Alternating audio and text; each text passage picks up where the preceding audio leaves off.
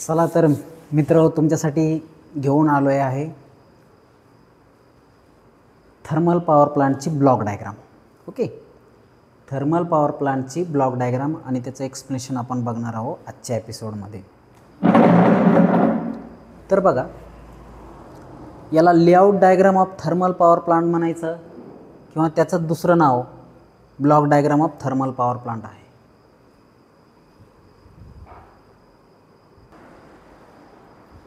खूप मोठी डायग्राम बघून तुम्ही घाबरले असाल किंवा कन्फ्युजन तुमचं झालं असेल तरी टेन्शन घेऊ नका. एकदा तुम्हाला डायग्राम समजली ना, पूर्ण तुमचं प्रॉब्लेमचं निरसन होईल. बघा, सुरुवात कुठून करा तर आपण जनरली इथून करू. Coal storage. तर खाणीमधून म्हणजे कोळशाच्या खाणीमधून दगडी कोळसा आणला जातो. तो ओला असतो, त्याला ड्राय केलं जातं आणि त्या ड्राय केलेल्या दगडी कोळशाला खूप मोठमोठ्या गोडाऊनमध्ये स्टोअर केलं जातं. तर त्याला आपण कोल स्टोरेज प्लांट असं म्हणतो. काय म्हणतो? Coal storage plant. मग आता कोल स्टोरेज प्लांटमधून जो दगडी कोळसा आहे तो कुठं आणला जातो आहे? कोल हँडलिंग प्लांटमध्ये. कुठं? कोल हँडलिंग प्लांटमध्ये. कोल स्टोरेज प्लांटमधून कोल हँडलिंग प्लांटमध्ये. आणि नंतर तो दगडी कोळसा कुठं जाळला जातो?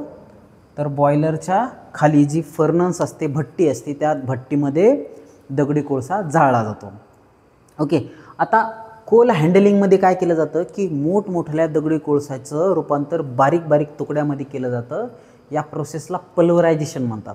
तर पल्वरायझेशन केल्यावर काय होतं की दगडी कोळसा व्यवस्थित जळतो, जास्तीत जास्त हीट त्यापासून मिळते, त्याची कॅलरिफिक व्हॅल्यू वाढते, म्हणजे ज्वलन क्षमता वाढते. आणि तो आपण कुठं बर्न करतो? तर भट्टीमध्ये बर्न करतो. आणि मग भट्टीमध्ये बर्न केल्याच्या नंतर काय होतं, इथं वर बॉयलर आहे, भट्टीमध्ये बर्न केलं की त्यापासून हीट तयार होती. ही हीट काय करते? पाण्याचं वाफेमध्ये रूपांतर करते. कशामध्ये? वाफेमध्ये. आणि ही वाफ जी आहे ही सुपर हीटरला दिली जाते. तो सुपर हीटर काय करतं? त्या वाफेतली मॉइश्चर कंटेंट आहे ते रिमूव्ह करण्याचं काम करतं. ओके, त्या मॉइश्चरला ड्राय एअरमध्ये कन्वर्ट करण्याचं काम कोण करतं? सुपर हीटर करतं. ती ड्राय एअर जी आहे ही आपण टर्बाईनच्या ब्लेडवर आदळतो. कुठं आदळतो? टर्बाईनच्या ब्लेडवर आदळतं. आणि ते त्याला प्रेशराईज करायसाठी किंवा त्याचं प्रेशर मेंटेन करण्यासाठी आपण वॉल्व वापरतो. ओके, वॉल्वने त्याचं प्रेशर मेंटेन केलं जातं.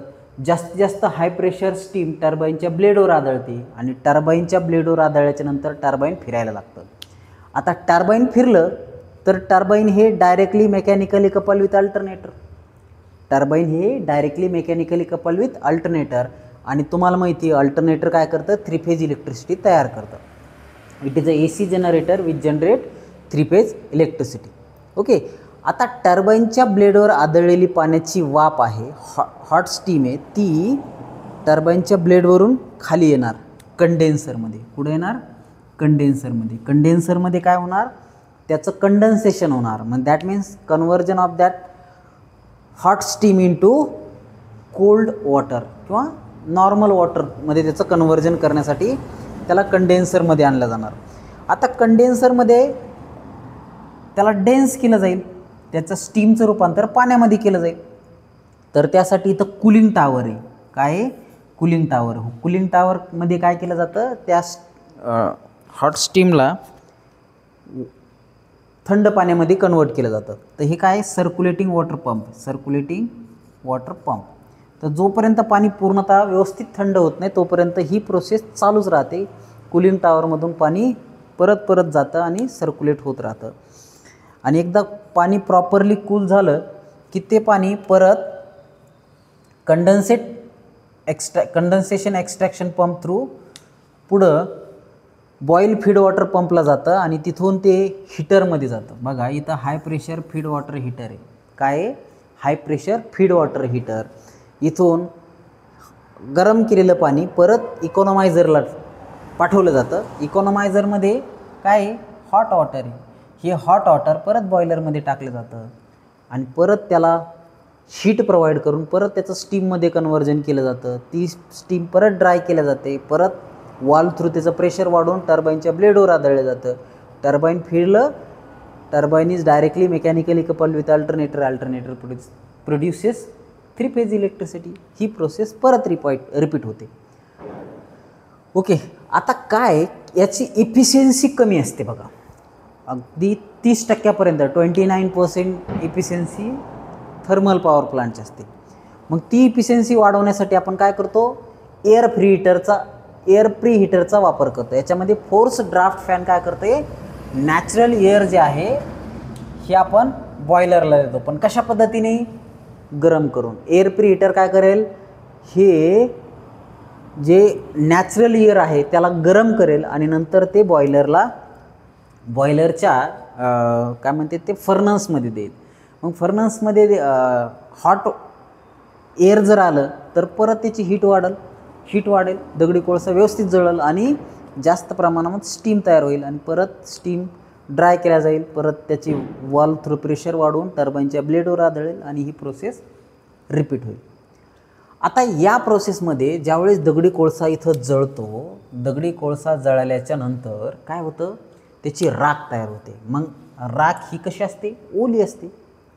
राख कशी असते, खूप गरम असते. ह्या गरम राखेला त्याच्यावर पाण्याचा मारा केला जातो. त्याला काय केलं जातं, ती राख थंड केली जाते. त्याला आपण ॲश हँडलिंग प्लांट म्हणतो. ओके, त्याला थंड केलं जातं आणि ते थंड केलेली राख परत कुठं केली जाते, ॲश स्टोरेज प्लांटमध्ये. मग खूप मोठ्या प्रमाणामध्ये ही राख जी आहे ही जमा करून त्याला स्टोअर करून ठेवलं जाते आणि नंतर ती डिस्पॅच केली जाते. कशासाठी, तर विटा वगैरे बनवण्यासाठी किंवा मग अजून सिमेंटचं काही पार्ट बनवण्यासाठी वगैरे फर्दर यूजसाठी ही पाठवलं जाते. आता ज्यावेळेस दगडी कोळसा जळतो 100% जळतं का तो, नाही, काही प्रमाणात राख होते. ओके, तर काही प्रमाणात फ्यू गॅसेस बाहेर पडतात. मग हे गॅसेस सुपर हीटरमधून जातात. सुपर हीटरमधून परत ती स्टीम ड्राय केल्याच्या नंतर परत काही गॅसेस बाहेर पडतात. ते इकॉनॉमायझरमधून जातात, तिथं बी काही गॅसेस बाहेर पडतात. त्याच्यानंतर हे गॅसेस एअर प्री हीटरमधून जाऊन इंड्यूस ड्राफ्ट फॅन थ्रू चिमणीमधून बाहेर पडतात. तर चिमणीची हाईट ही सफिशियंटली उंच असावी, जेणेकरून काय होतं, उंच हाईटवर असल्याच्या नंतर ते वातावरणाच्या त्या वरच्या पार्टमध्ये ते जमा होतात, जेणेकरून तिथल्या लोकल लोकांना त्याचा त्रास होत नाही. ओके, तर ही आहे तुमचं थर्मल पॉवर प्लांटची ब्लॉक डायग्राम. येतं लक्षात, ठीक.